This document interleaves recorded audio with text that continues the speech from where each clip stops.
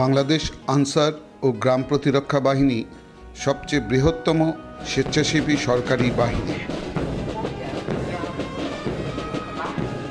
1947 সালে দেশ বিভাগের পর তৎকালীন পূর্ব পাকিস্তানে স্বেচ্ছাসেবী বাহিনী হিসেবে আনসার বাহিনী আত্মপ্রকাশ করে।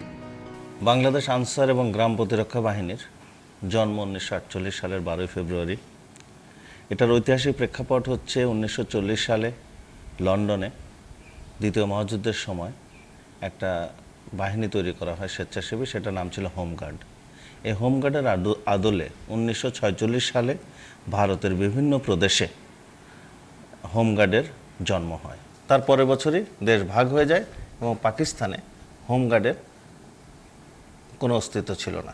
কিন্তু হোমগার্ডে যারা প্রশিক্ষণপ্রাপ্ত ছিলেন তারা ঢাকায় এসে সিদ্দিক বাজারে একটা সমিতি করে, যেটার নাম ছিল হোমগার্ড সমিতি। এই হোমগার্ড সমিতির পক্ষ থেকে তৎকালীন মুখ্যমন্ত্রীর কাছে তারা গমন করেন এবং ওনাকে বোঝাতে সক্ষম হন যে হোমগার্ডের আদলে একটা বাহিনী এখানে তৈরি করা যেতে পারে, এবং সেই মোতাবেক আনসার বাহিনীর প্রতিষ্ঠা লাভ করে।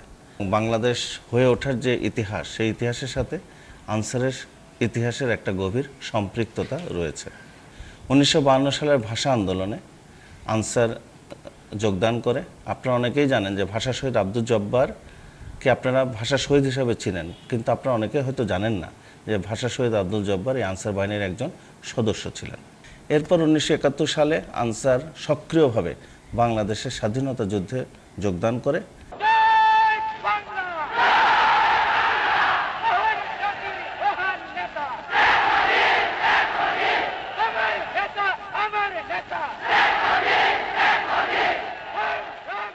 এর অংশ হিসাবে ওই সময় একমাত্র আনসার বাহিনীর কাছেই 40,000-এর উপরে অস্ত্র মজুদ ছিল।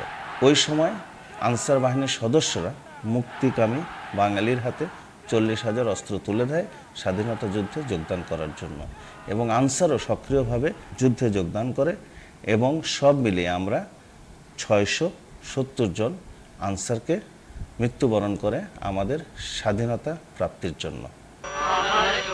আপনারা জানেন যে 17 এপ্রিল মুজিবনগর সরকারের অস্থায়ী রাষ্ট্রপতি সৈয়দ নজরুল ইসলামকে যে গার্ড অফ অনার প্রদান করা হয় মেহেরপুরের আম্রকাননে, সেই গার্ড অফ অনারে যারা প্রদান করেছিল তারা সবাই ছিল বাংলাদেশ আনসার বাহিনীর সদস্য। 12 জনের 12 জনই ছিলেন আনসার। আনসার শব্দের অর্থ সাহায্যকারী। এই বাহিনীর উদ্দেশ্য আইন শৃঙ্খলা রক্ষাকারী বাহিনীকে সহযোগিতা করা, সরকারি বেসরকারি গুরুত্বপূর্ণ স্থাপনা পাহারা দেওয়া, দেশের আর্থসামাজিক উন্নয়নে সরাসরি ভূমিকা রাখা। আনসার বাহিনী গঠিত হবার পর 1976 সালে এক সরকারি আদেশে ব্যাটালিয়ন আনসার ও গ্রাম প্রতিরক্ষা বাহিনী আনসার বাহিনীতে সংযুক্ত হয়। এরপর এই বাহিনীর নামকরণ করা হয় বাংলাদেশ আনসার ও গ্রাম প্রতিরক্ষা বাহিনী। বর্তমানে ব্যাটালিয়ন আনসারে রয়েছে 37টি পুরুষ ব্যাটালিয়ন এবং 2টি নারী ব্যাটালিয়ন। এখানে উল্লেখ করা প্রয়োজন, বাংলাদেশে প্রথম পূর্ণাঙ্গ নারী ব্যাটালিয়ন বাংলাদেশ আনসার ও গ্রাম প্রতিরক্ষা বাহিনী প্রতিষ্ঠিত করে। আর গ্রাম প্রতিরক্ষা দলে রয়েছে প্রতিটি গ্রামে 32 জন নারী ও 32 জন পুরুষের দল, যার সংখ্যা প্রায় 50 লক্ষ। প্রায় 50,000 প্রশিক্ষিত সাধারণ আনসার সদস্য চাকরি করে যাচ্ছে দেশের বিভিন্ন সরকারি বেসরকারি এবং স্বায়ত্তশাসিত প্রতিষ্ঠানে। পাহারা দিয়ে যাচ্ছে হাজার হাজার গুরুত্বপূর্ণ স্থাপনা।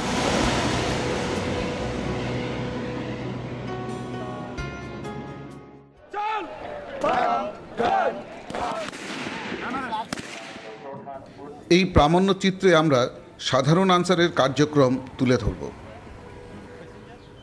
জেলা কোটার ভিত্তিতে সাধারণ আনসারে ভর্তি করানো হয় সারা দেশের আনসারের জেলা অফিসে। সাধারণভাবে নবম শ্রেণী পাস এবং গ্রাম প্রতিরক্ষা দলের সাথে সম্পৃক্ত তরুণ তরুণীরা সাধারণ আনসারের জন্য আবেদন করতে পারেন। আমরা কুষ্টিয়া জেলার সাধারণ আনসার রিক্রুটমেন্টের দৃশ্য ধারণ করার সময় অনেক চরিত্রকে ফলো করি, যেন তাদেরকে নিয়ে পূর্ণাঙ্গ প্রামাণ্যচিত্র তৈরি করা যায়। প্রথমে বাহিনীর চাহিদা অনুসারে তাদের শারীরিক যোগ্যতা যাচাই করা হয়। শারীরিকভাবে যোগ্য প্রার্থীদের প্রয়োজনীয় কাগজপত্র এরপর যাচাই হয়। এরপর ঊর্ধ্বতনরা সেগুলো পুনঃ যাচাই করেন এবং প্রাথমিকভাবে প্রার্থী নির্বাচন করেন। সবশেষে লিখিত পরীক্ষা হয়। যে সকল চরিত্র ফলো করি তার মধ্যে নির্বাচিত হয় মাত্র 2 জন। তাদের একজন সুমন মিয়া। গ্রামের অতি সাধারণ যুবক সুমন মিয়ার দিন চলে আর অন্য 10 জনের মতোই। আমার নাম মোহাম্মদ সুমন আলী বিশ্বাস, পিতার নাম মোহাম্মদ আহমদ আলী বিশ্বাস। এটা নিশ্চিন্তপুর গ্রাম, সমসপুর ইউনিয়ন, কক্সা থানা, কুষ্টিয়া জেলা।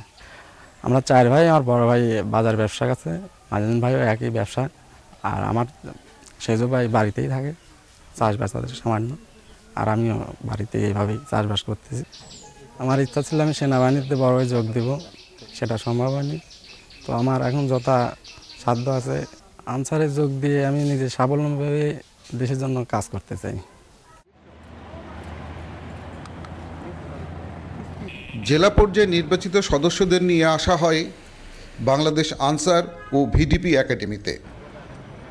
বাংলাদেশের বৃহত্তম এই একাডেমি আধুনিক এবং প্রায় স্বয়ংসম্পূর্ণ। নির্দিষ্ট দিনে একাডেমিতে বিভিন্ন জেলা থেকে নির্বাচিতরা আসতে থাকে। সুমন সহ কুষ্টিয়া জেলার নির্বাচিতরা পৌঁছাতে রাত হয়ে যায়।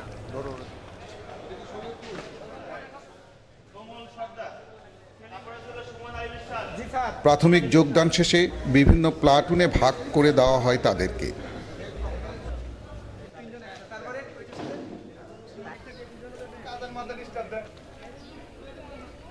পরের দিন একাডেমির নিজস্ব হাসপাতালে পর্যায়ক্রমে সকলের নিবিড়ভাবে স্বাস্থ্য পরীক্ষা করা হয়।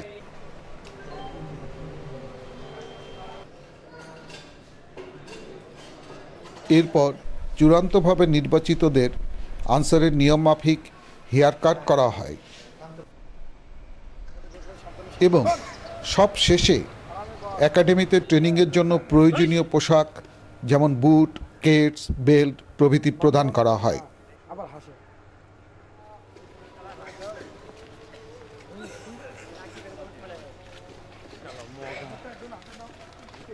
সাধারণ আনসার প্রশিক্ষণ বর্তমান সময়ের একটি অত্যন্ত গুরুত্বপূর্ণ ঘটনা।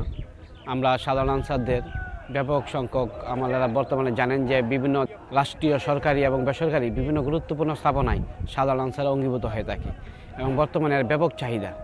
সে আলোকে আমরা প্রতি বছর রাউন্ড দ্য ইয়ার 5,000 থেকে 6,000 সাধারণ আনসারকে প্রশিক্ষণ দিয়ে থাকি। আমাদের বর্তমানে প্রত্যেকটা ধাপে 1250 জন করে আমরা একটা ধাপে প্রশিক্ষণ দিয়ে থাকি। 9 সপ্তাহের নির্দিষ্ট রুটিন অনুসারে ট্রেনিং শুরু হয় ভোর 6টা থেকে।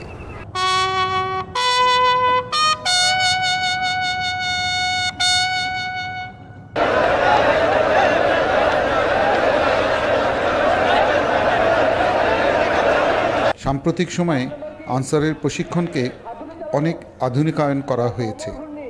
এর মধ্যে উল্লেখযোগ্য সংযোজন হল খালি হাতে আত্মরক্ষার প্রশিক্ষণ। বিশ্ববিখ্যাত ভুত্তান পদ্ধতিতে এই প্রশিক্ষণ দেওয়া হয়। এই প্রশিক্ষণের মাধ্যমে একজন আনসার সদস্য শুধু আত্মরক্ষাই শেখে না, তার আত্মবিশ্বাসের মাত্রাও বৃদ্ধি পায়। এরপর চলে নিয়মিত প্রশিক্ষণ, যার বেশিরভাগ অংশই থাকে অস্ত্রসহ অথবা অস্ত্র ছাড়া ড্রিল। এরপর শুরু হয় বিভিন্ন থিওরি ক্লাস, যেখানে অস্ত্র, গোলাবারুদ সম্পর্কে বিভিন্ন ক্লাস নেওয়া হয় এবং আনসার বাহিনীর নিজস্ব আইন কানুন সম্পর্কে তাদেরকে শিক্ষা দেওয়া হয়। আমরা এই বেড়াকে আছি 108 জন, 108 বাপেরই ছেলে হয়তো। তো এখানে সরকারি বেড বেডিং সবই আছে, আমাদের কোনো সমস্যা নাই। কেউ নিচে থাকে, কেউ উপরে থাকে। আর কখনো দেখি নাই তো এখানে থাকতে বেশ ভালোই লাগে, মজা লাগে। অনেক সময় ইয়ার্কি আড্ডা হয় বন্ধু বান্ধবের সাথে, এখানে অনেক জনের সাথে পরিচয় পাঠ্য হয়েছে এদের সাথে, তো গল্প গুজব করতে বেশ ভালোই লাগে। ওদিকে পিটি প্যাডও পায়ের তালের সাথে তালে মিল তাল করে চলতে খুব মজা লাগে। তো ট্রেনিংটাই অনেকটা জীবনকে পরিবর্তন করে দিয়েছে মনে হচ্ছে আমার কাছে। এইভাবে সরকারি ছুটি ছাড়া প্রতিদিন তাদের ভোর 6টা থেকে রাত 9টা পর্যন্ত কঠোর পরিশ্রমের মধ্যে দিয়ে যেতে হয়। এসবের বাইরে নিজেদের ক্যাম্পাস পরিষ্কার পরিচ্ছন্ন রাখতে হয় ট্রেনিংয়ের অংশ হিসেবে।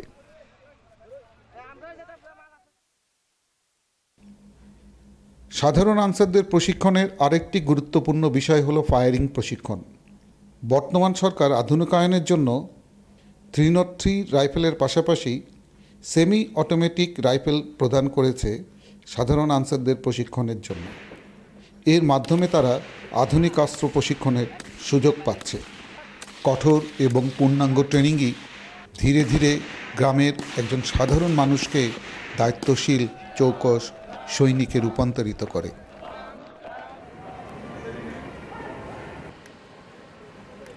9 সপ্তাহ কঠোর পরিশ্রম শেষে সময় আসে পাসিং আউট প্যারেডের। আনুষ্ঠানিকভাবে এই পাসিং আউট প্যারেড অনুষ্ঠিত হয়। এই অনুষ্ঠানে তারা প্যারেড পিটি এবং যে সকল গুরুত্বপূর্ণ বিষয়ে প্রশিক্ষিত হয়েছে তা প্রদর্শন করে।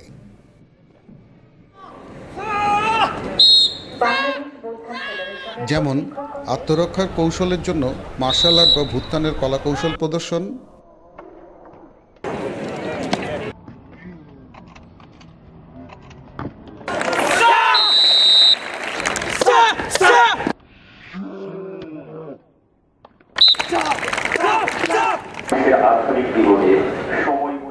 Fire fighting.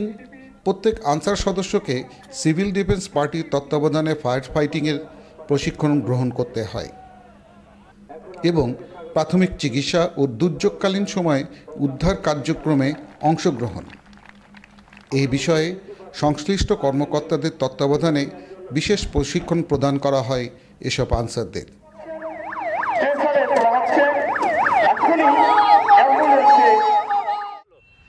আজকে আমাদের এখানে আমরা যে বাংলাদেশ আনসার এবং গ্রাম প্রতিরক্ষা বাহিনীর কোর্সে আসছিলাম ট্রেনিংয়ে, সেই ট্রেনিংয়ের আজকে 63 দিনের শেষ কোর্স শেষ হলো। সেই কোর্সের পাসিং আউট দিয়ে সেই কোর্স শেষ হলো আজকে। আমার ব্যক্তিগতভাবে আমার মনে হচ্ছে আমি আগে তো এখানে আসছিলাম সিভিলে, এখন ইউনিফর্ম পাইছি। ইউনিফর্ম পাওয়ার পরে আমি এই যে 63 দিন ট্রেনিং করলাম, ট্রেনিংয়ে অনেক কিছু সৈনিকের বিষয়ে জানলাম, ট্রেনিং শেষ করলাম। এখন আমার কাছে মনে হচ্ছে আমি একটা সৈনিক ট্রেনিং প্রাপ্ত। তো আমার এখন অবশ্য অনেকটা খারাপ লাগতেছে এই জন্যই যে আর তো এগুলা হয়তো সম্ভব হবে না। এই যে 1200 মানুষ, আমি থাকছি 4 তলা দোতলা খাটে, এখানে যে খাদ্যখানা খাইছি আমার তো এরকম খাদ্যখানা আমি কখনো খেতে পারিনি। তো অনেকটা আমার এই একাডেমিতে ভালো লাগছে, এখন ছেড়ে যেতে কষ্ট লাগতেছে আমার কাছে। উত্তীর্ণ সদস্যদের এরপর স্মার্ট কার্ড ও চাকরির প্রস্তাব দেওয়া হয়। এখানে উল্লেখ করা প্রয়োজন, প্রশিক্ষণপ্রাপ্ত সাধারণ আনসাররা বাংলাদেশ আনসার ও গ্রাম প্রতিরক্ষা বাহিনীতে চাকুরি করতে বাধ্য নন। তারা চাইলে চুক্তিভিত্তিক চাকরি করতেও পারেন, আবার নাও পারেন।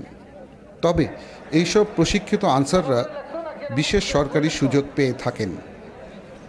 স্মার্ট কার্ড হচ্ছে একজন প্রশিক্ষিত আনসারের ডিজিটাল পরিচয়পত্র, যেখানে তার সমগ্র তথ্য জমা থাকে। বর্তমান সরকারের ডিজিটাল কার্যক্রমের আলোকে আনসার বাহিনীর তথ্য ভাণ্ডারকে সম্পূর্ণভাবে ডিজিটাল করা হয়েছে। দেশের বিভিন্ন সরকারি, বেসরকারি ও স্বায়ত্তশাসিত প্রতিষ্ঠানের চাহিদা অনুসারে প্রশিক্ষিত আনসারদের চাকরির প্রস্তাব দেওয়া হয়। নিয়ম অনুসারে একজন আনসার সর্বোচ্চ 2 বছর করে চুক্তিভিত্তিক চাকরি করে থাকেন। এরপর কমপক্ষে 6 মাস পর আবার তারা চাকরির প্রস্তাব পেয়ে যান। বর্তমানে চাকরি প্রদানের পদ্ধতিকে সম্পূর্ণ ডিজিটাল করা হয়েছে। প্রথমে মোবাইলে SMS-এর মাধ্যমে তাদের কাছে চাকরির প্রস্তাব যায়। এরপর সে ইচ্ছুক হলে মোবাইলে উত্তর দেয় এবং তাৎক্ষণিকভাবে ফিরতি SMS-এ চাকরি নিশ্চিত করে নির্দিষ্ট জেলায় রিপোর্ট প্রদান করতে বলা হয়। হয়নি, আবার কমান করেন। চাকুরিপ্রাপ্ত আনসার সদস্যদের অঙ্গীভূত আনসার বলা হয়। সরকারি নিয়ম অনুসারে তারা বাংলাদেশ আনসার ও গ্রাম প্রতিরক্ষা বাহিনী থেকে বেতন, রেশন, পোশাক প্রভৃতি পেয়ে থাকে। এই সকল অঙ্গীভূত আনসার সমগ্র দেশে বাংলাদেশ আনসার ও গ্রাম প্রতিরক্ষা বাহিনীর গর্বিত সৈনিক হিসাবে কাজ করে যায়। সুমন মিয়ার চাকরি হয় চট্টগ্রাম বিমানবন্দরে। কুষ্টিয়ার প্রত্যন্ত গ্রামের সাধারণ তরুণ সুমন মিয়া অত্যন্ত দক্ষতার সাথে তার দায়িত্ব পালন করে যাচ্ছে এখানে। আমি ট্রেনিং শেষে এখানে চাকরি জয়েন করছি জানুয়ারি 19 তারিখে। জানুয়ারি 19 তারিখে এখানে জয়েন করার পরে আমি যে এখানে আমাকে অনেক দায়িত্ব দেওয়া হয়েছে, সে দায়িত্ব কর্তব্য পালন করতেছে আমার কাছে আগের চেয়ে অনেক ভালো লাগে। আর ইউনিফর্ম আমি তো ট্রেনিং সেন্টারে পাইছি আমার খাকি পোশাক, তারপরে এখানে তো জয়েন করার পরে পাইছি অন্য কালার, জলপাই কালার কালো প্যান্ট। এই ড্রেসটা আমার কাছে আরও অনেক ভালো লাগে। তো ডিউটি করতেছি আগের চেয়ে আমার কাছে অনেক ভালো লাগে। সব কিছু মিলাই আমি এখন এই ইউনিফর্ম পরে চাকরি পাওয়ার পরে অনেক মনের কাছে অনেকটা ভালো লাগে, আমি অনেক ভালো আছি। বাংলাদেশ আনসার ও গ্রাম প্রতিরক্ষা বাহিনী লক্ষ লক্ষ বেকার তরুণ তরুণীদের বিভিন্ন কার্যক্রমের মাধ্যমে আত্মনির্ভরশীল করে তুলছে, যে বিষয় আমরা অনেকেই জানি না। বাংলাদেশ আনসার ও গ্রাম প্রতিরক্ষা বাহিনীর আনসার সদস্যরা পৃথিবীর যে কোনো দেশে তাদের দায়িত্ব পালন করতে সক্ষম।